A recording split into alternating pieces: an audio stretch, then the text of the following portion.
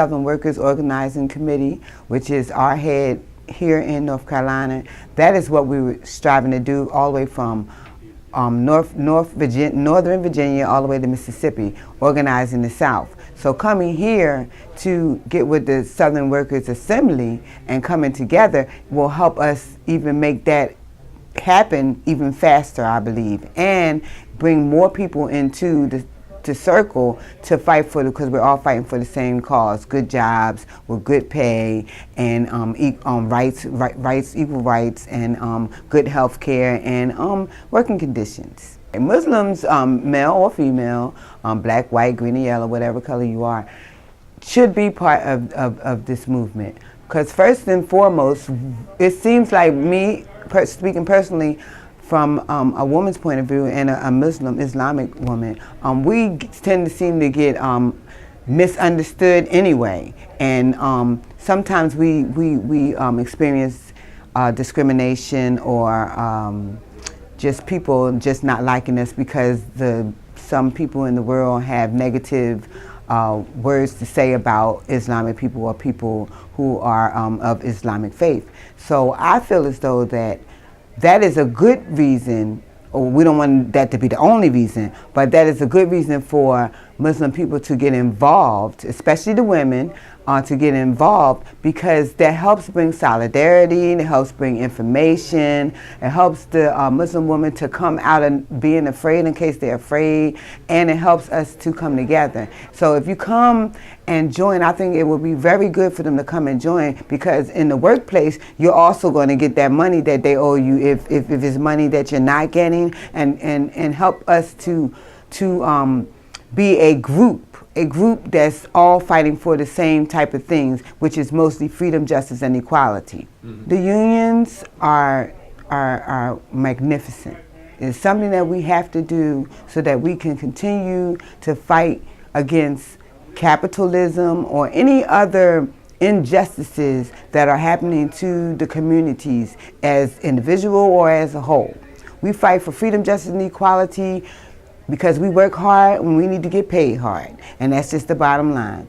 You want us to work, you need to pay us the proper money for a proper living wage so that we can survive. Because we don't mind working, but we don't want to be poor while you're being rich off of the money that we have helped you to get. Nobody's wanting all your money, we just want to get paid a living wage, a decent living wage. And that's the bottom line. What's the importance of this worker school?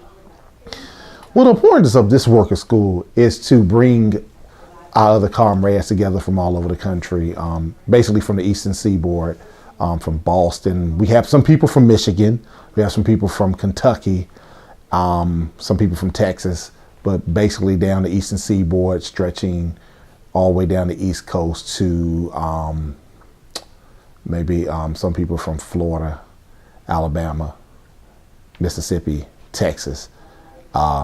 So this is important so we can have a solidarity and learn from each other. Like the brothers up in the north are having the same fight as we have down here in the south, but yes, they are more unionized, and we can bring a lot of the lessons that they bring from there, from being more unionized, and help us unionize the south more.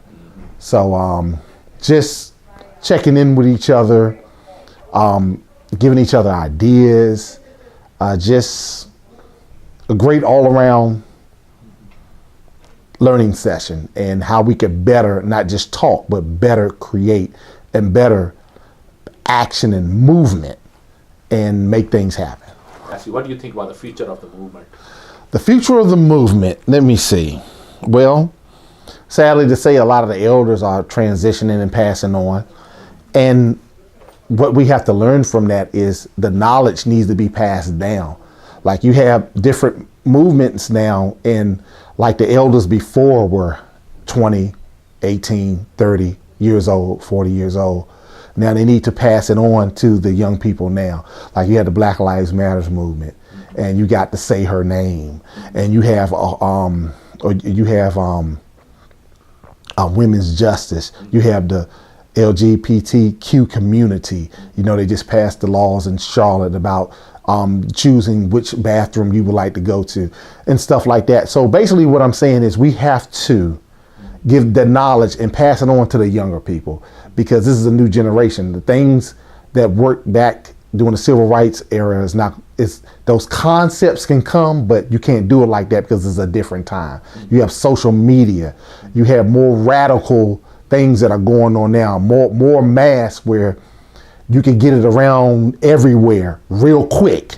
It's like instant. Instagram, Vine, and Facebook, and all that great stuff. But the movement has to be passed on to the young people. They need the knowledge, but we need to let them step in front and lead and show us some new things and things that we need to do. So I think that the young people today, if we just let them do their thing, yeah, they have respect, and they respect what is done for the past, and they understand if it wasn't for what the elders did, and we standing upon their shoulders and building off of that, but now it's their turn. Let them do their thing. Well, I think that the school is very, very important. It's good to hear these stories from other workers and the information that we have received, especially Mr. Mason gave us an excellent overview of the economic situation, and it's also good to make a lot of connections with like-minded people. Well, you know, one thing that's very encouraging from being here is all the young people that showed up for it, because they are the future.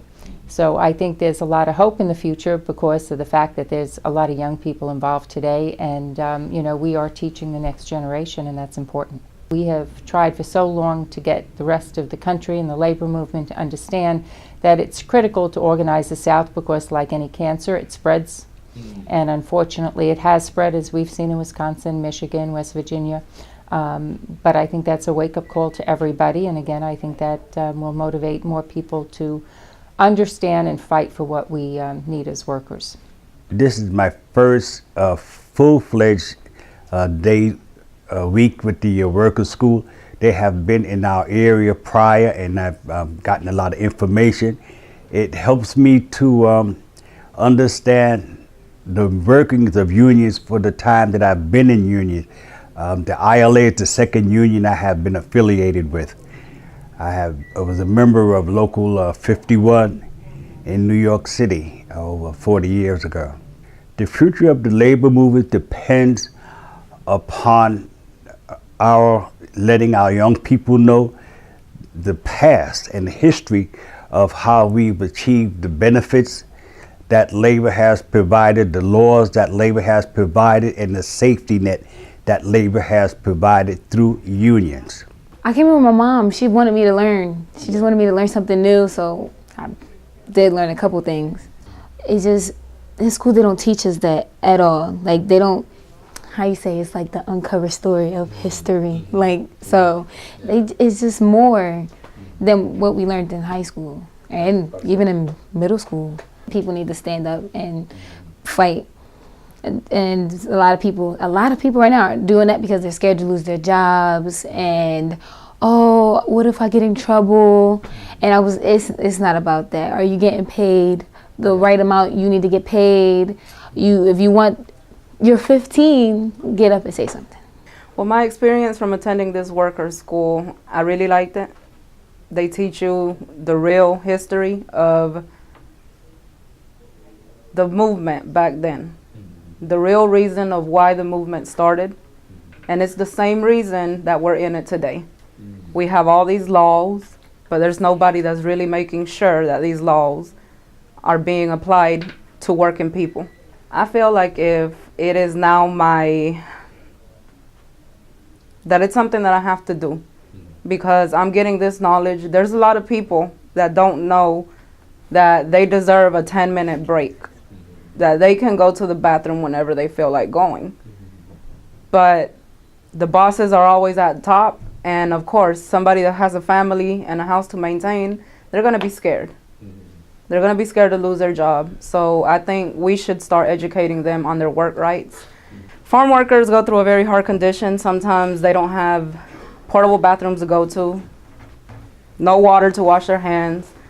Can you imagine, going to eat lunch and all you do is go to your car, get your lunch, and you sit on the ground or you sit in the car, nowhere to wash your hands, up to 100 degrees weather, no breaks sometimes. It's very hard, and then on top of that, making $7.25, still getting wage theft, and then minus taxes. So at the end of everything, probably a farm worker makes $180 to $200 a week. We all have to unite. Like I said, this is not about being Mexican, white, black. It doesn't matter. We all bleed the same red blood. We all have the same beating heart. Please, everyone, let's come together and let's make a change for the United States. What I think about the school was really great. I mean, I learned a lot of things. What I learned was learning from right here. I didn't learn at school. School, they teach us kind of different things. And now that I'm a freshman there right now, and now that they're teaching us world history, and now that I see what Martin Luther King was fighting for, now I realize what we're fighting for too. We have been to rallies. We did a lot of marches in Raleigh now. Now what I experienced from all that, I mean, we need more youth girls or teens to get in, but we can make this grow more than we used to have a little bit right now still, but I will talk to more people about it, try to gather more where we can make this youth grow bigger and make changes. My name is Gary DeLuke, that's D-E-L-U-K-E, with UE Local 170, that's West Virginia Public Workers Union. And what do you think about the two-day worker school? This is fantastic. This is bringing up a lot of topics that need to be brought up in my local and in most locals. There are a lot of serious conversations that need to happen because, especially in West Virginia, union members have been voting against their own interests. They've been divided based on a lot of silly issues, and we need to figure out ways to get them to be more progressive. We need to move the labor movement to the left, and that's the only way we can have a coalition, you know, that can fix some of the things that's been going on in our state's legislature. The worker school has been training us on how to organize, how to know your workers' right, and to be able to communicate effectively with other people, with other organizers. If you don't have an organized affiliations, most workers will be taken advantage of, and because they are really organizing and gathering all statistics and data to prove to everyone that there is a whole lot of issues in the workplace, and because they have proven data and statistics, then it's giving everyone an enlightenment to know that it's nothing that people just want to make noise about, but it's just a movement that's going to continue to happen as long as people are being treated unfairly. I came here because I thought that the social movement, class struggle-based union approach that the Southern Workers Assembly takes is the right way forward. That unions are not just what we call economistic, just fighting for, you know, better wages, which is an important thing, but then also reaching out to the unemployed, to the low-wage workers in the service sector, to people of color, to youth, to LGBTQ workers, women's rights, you know, you name it. And I think they ultimately have a perspective of creating a social economy, you know, a new social economy where workers are in control of what they produce and democratically allocate resources. What do you think are the future of the movement?